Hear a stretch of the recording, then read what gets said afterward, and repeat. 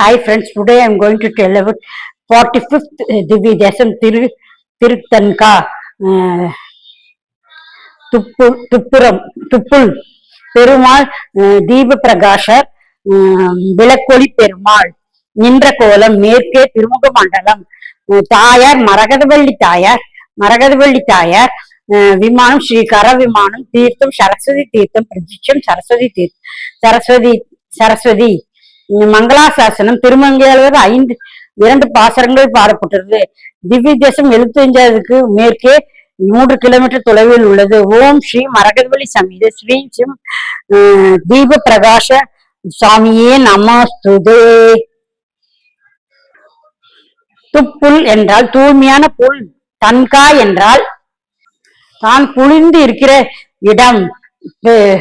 பெருமாள் எங்கே வெப்பமா இருந்தால் உப்பார்த்த தர்மம் பலவந்த பூமி திரும்ப கொண்ட பெருமாள். இங்குதான் வேதாந்த தேசிகர் அவதரித்த திருத்தலம். ஸ்ரீமான் வெங்கடேஷநாதனே ஸ்ரீமான் வெங்கடேஷ நாதரே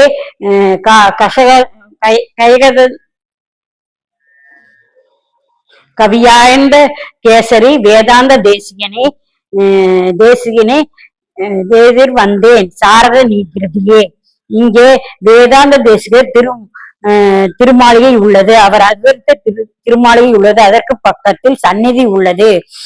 2 ஆச்சரியமான சிங்கங்களுக்கு நடுவே அச்சுத திருமேனியோடு உபதேச முத்திரையோடு ஓலை சுவடியோடு பெருமாள் சேவை சாய்க்கிறார். இந்த இடம்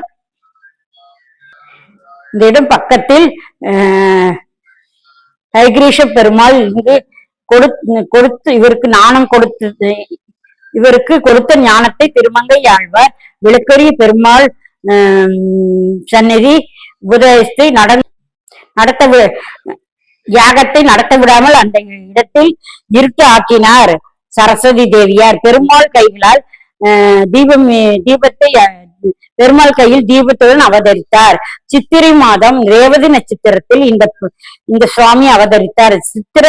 சித்திர மாதம் ரேவதியில் அவதரித்த பெருமாள் இருட்டாகி இருப்பதால்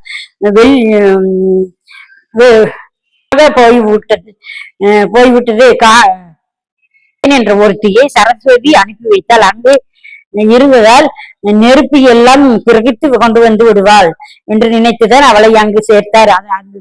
அவளையும் தன் கையில் வைத்துக் கொண்டு பெருமாள் இருக்கும் இடத்தில் எப்போதும் இருட்டு வருமா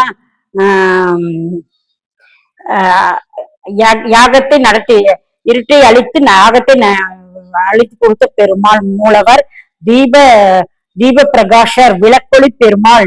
தீப பிரகாஷ தாயார் மரகதவள்ளி தாயார் தீர்த்தம் சரஸ்வதி தீர்த்தம் விமானம் ஸ்ரீ கர விமானம்.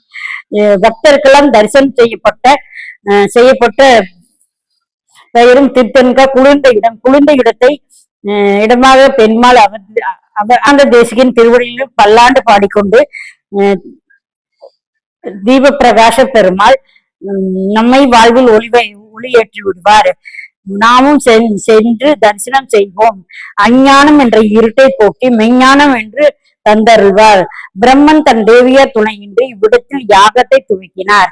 பிரம்மன் யாகத்தை தகர்க்க எத்தனையோ முயற்சிகள் செய்தும் அத்தனையும் பயனின்றி போகவே இந்த உலகத்தை இருட்டில் மூழ்கடிக்க வேண்டும் என்று சரஸ்வதி உடனே சூரிய சந்திரர்களை ஒளி இழக்க செய்தார். பூங்குலையில் இருட்டில் ஆற்றினார். திடீர் இருட்டிற்கு காரணத்தை ஞான திருஷ்டியில் உணர்ந்த பிரம்மன் வழக்கம் போல உதவி வேண்டி மகாவிஷ்ணுவை துதித்தார். உடனே மகாவிஷ்ணு ஜோதிமயமாக தோன்றி பிரம்மன் யாகத்தை தொடர்புக்கு ஒளி கொடுத்து சூரிய சந்திரர்களை உணர்த்த தடைகளை நீக்கி உலகத்தை மீண்டும் வெளிச்சத்தில் கொண்டு வந்து வைத்தார். ஜோதிமயமான வெளிச்சத்தில் தனது யாகத்தை தொடர்ந்து பிரம்மன் அப்போது அசுரர்கள் கூட்டமாக வருதை கொண்டு நேராக சரஸ்வதி தேவியை இருக்க வந்து போனார்கள். பத்தினி இல்லாமல் யாகம் செய்ததால் பிரம்மன் தனது மமதியில் தங்களை பழித்து செயல்படுவது போல ஏழ்மையை வச்சித்து தன் யாகத்தை தொடர்ந்து பிரம்மன் அப்போது அசுர கூட்டமாக வருவதைக் கண்டு காணாமல் இருந்ததால் அவர்கள் மிகவும் சினங்கொண்டு பிராமணனுடன் கொண்டு நேர சரஸ்வதி நிருபம் வந்து சேர்த்தார். பத்தினி இல்லாமல் யாகம் செய்த பிரம்மன் தனது மமதிகள் தங்களை பழித்து செயல்படுவது போல இது இருக்கிறது என்று பலவிதமாக கூறி வாணியின் கோபத்தை கிளற மிகவும் சினந்த சரஸ்வதி தானும் பலவிதமான முயற்சி செய்துவிட்டேன், என்ன செய்தேன்னு நீங்கள் கூறுங்கள் என்று அவர்களுக்கிடையே கொடிய அரக்கன் ஒருவனை அக்னி புலம்பாக படைத்து அனுப்பினான். அவன் யாக கொண்டிருந்து வெளியே தீயாக தன்னுள் கிரகத்து கொண்டு வந்து விடுவான் என்று சொல்ல தன் சக்தி முழுவதையும் பிரயோகித்து ஒரு கொடிய அரக்கனை படைத்தாள் சரஸ்வதி.